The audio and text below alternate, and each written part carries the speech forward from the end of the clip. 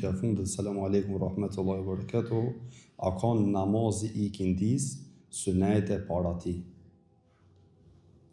Aleikum selam rahmetullahi wa barakatuh. Sunetet e sakta të ditës namazeve janë 10 ose 12, të transmetuara në Sahihun e Imam Buhariut dhe në Sahihun e Imam Muslimit, në një hadith nga Abu Huraira dhe tjetër nga Abdullah ibn Umar radhiyallahu anhuma, në të cilin thuhet se sunetet e ditës janë 10. Ato kur janë 10 janë 2 para sabat, 2 para drekës, që bën 4, 2 mas drekës bën 6, 2 mas akşamit bën 8 dhe 2 mas acies bën 10. Në hadithin e Buhariut 2 pas sabat, 4 para drekës. Hadithin e Ibn Omerit 2 para drekës, Buhariut 4 para drekës bën 6, pastaj 2 pas drekës bën 8, pastaj 2 mas akşamit bën 10, edhe 2 mas acies bën 12 në hadithet e sakta. Dhe në të dyja transmetimet, edhe të Buhariut dhe të Abdullah ibn Omerit, nuk përmenet namazi i kindijës, suneti i kindijës, as nuk përmenet suneti i jacijës. Për shkak se suneti i jacijës ma komplet s'ka hiç, nuk ekziston para namazit të jacijës. Kurse se përket sunetit para kindijës, ka një transmetim në Sunenin e Abu Davudit,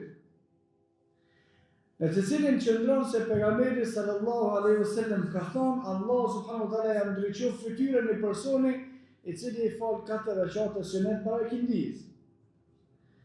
Dhe këtë hadith disa për dietarëve llogaritin në hadith hasan, disa tjerë llogaritin në hadith daif. Dhe çështja e polemikës qëndron kështu. Për sunetin para kindijës, a ka hadith? Ka.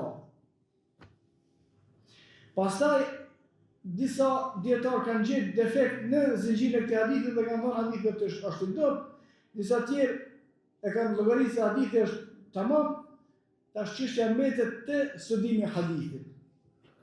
Dhe nëse dikush me anon ka argumentime dietarëve të cilët thonë se hadithi është sahih, është hasan, është në rregull, ka sunet para kindijës së falit.